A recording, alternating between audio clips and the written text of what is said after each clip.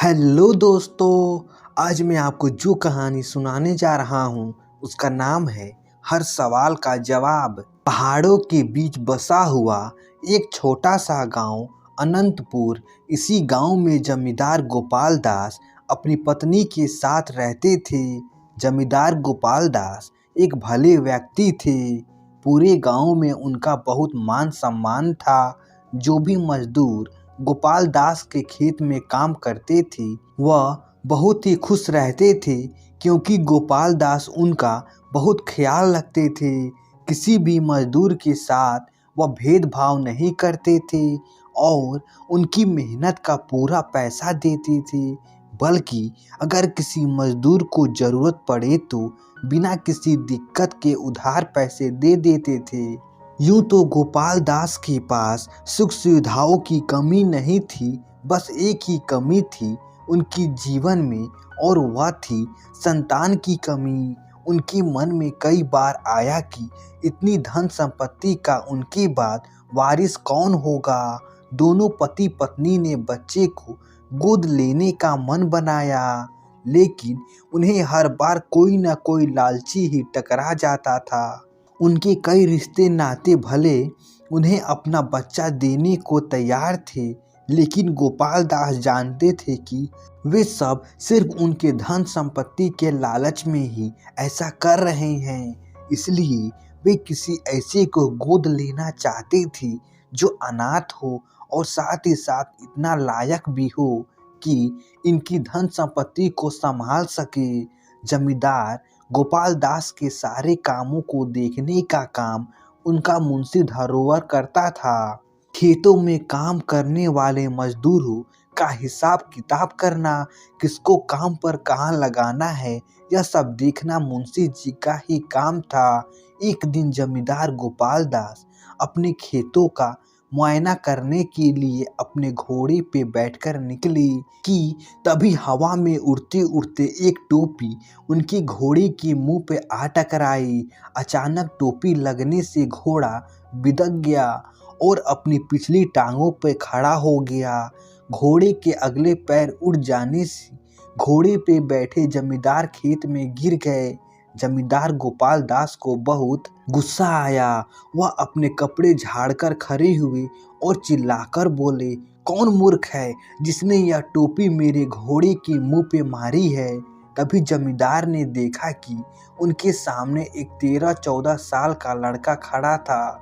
जमींदार ने चिल्लाकर उस लड़के से कहा, ए लड़के, तुम्हें जरा भी अक्ल नहीं है। तुमने मेरे घोड़े को डरा दिया और मुझे गिरा दिया। वह लड़का दिखने में बहुत मासूम सा लग रहा था। जमींदार की रोबदार और कड़क आवाज़ सुनकर मानो उसकी टांगें कांपने लगी। लड़के ने डरते डरते कहा, हुजूर, यह टोपी तो मैंने खुशी खुशी उछाली थी। मुझे क्या पता था कि घोड़े के मुंह से जाकर टकरा जाएगी और आप गिर जाएंगे। जमींदार ने कहा, ऐसी क्या खुशी मिल गई तुम्हें, जरा हमें भी तो बताओ। लड़के का मासूम सा चेहरा देखकर जमींदार का गुस्सा अब शांत हो चुका था।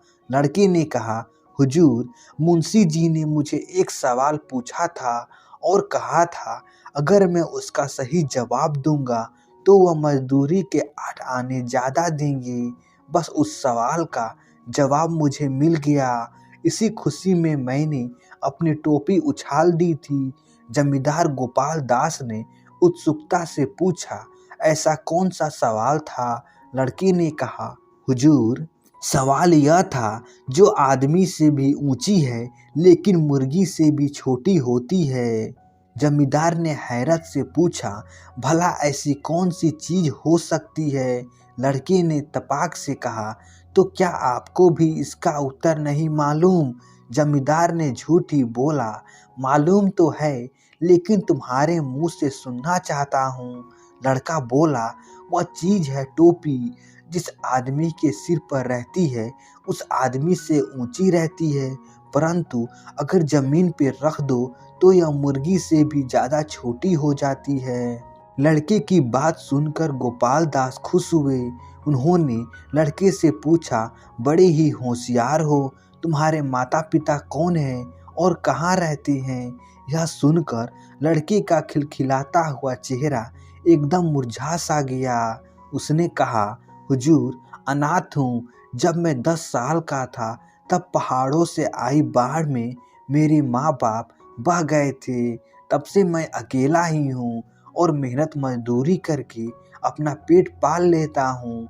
लड़के की बात सुनकर गोपाल दास को बहुत दुख हुआ। जमींदार ने पूछा, क्या नाम है तुम्हारा बेटा? लड़के ने कहा, हुजूर, माँ बाप ने तो बड़े प्यार से दामोदर रखा था, पर सब लोग मुझे दामू कहकर ही पुकारते हैं। वह लड़का दामू जमींदार गोपाल दास के मन को भा गया। जमींदार ने कहा, तुम्हें 8 आने नहीं बल्कि 16 आने ज़्यादा मिलेंगे मजदूरी में। और यह कहकर वह वहाँ से वापस चल दिए। वापस चलते चलते उनके मन में दामू को गोद लेने का ख्याल आया। वह अनाथ भी था और होशियार भी, और उसकी मेहनत तो जमींदार देख ही चुके थे। शाम ढलते ढलते वह अपने घर पर पहुंचकर अपनी पत्नी को सब कुछ बताते हैं और यह भी कहते हैं कि वो दामू को अपना बेटा बनाना चाहते हैं।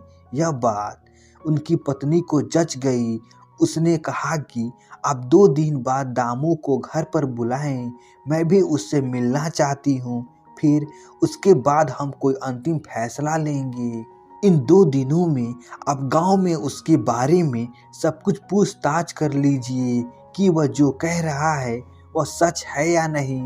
गोपाल दास ने अगले 2 दिन तक उस लड़के की सारी जानकारी निकलवाई। वह सब कुछ सच कह रहा था। और 2 दिन बाद रामू जमींदार के घर पर आया। जमींदार और उसकी पत्नी दोनों ही घर पर थे। जमींदार की पत्नी ने दामू को बैठने का इशारा करते हुए कहा, दामू, सुना है तुम्हारे पास सब सवालों का जवाब होता है, बहुत ही होशियार हो तुम। दामू ने मुस्कुराते हुए कहा, मालकिन, वह तो मैं ऐसे ही मजाक मस्ती में कर लेता हूँ। जमींदार की पत्नी ने कहा, ठीक है, मेरे पास भी तुम्हारे लिए कुछ सवाल हैं, तुम्हें उसका सही उत्तर देना होगा। यह सवाल उन फलों के बारे में होंगे जो मैं तुम्हें अभी खिलाने वाली हूँ।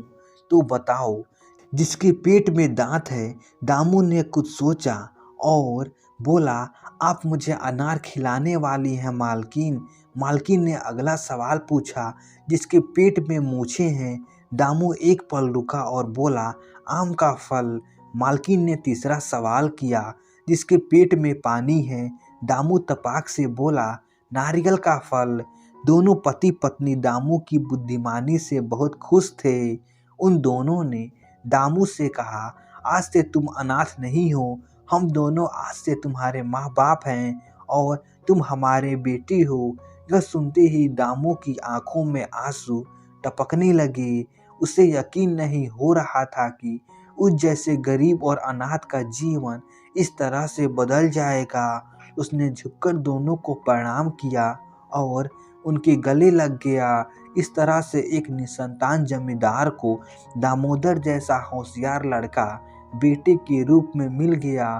तो दोस्तों, आशा करता हूँ यह कहानी आपको अच्छी लगी होगी। ऐसे ही मज़ेदार कहानी सुनने के लिए हमारे चैनल को सब्सक्राइब कर दीजिए।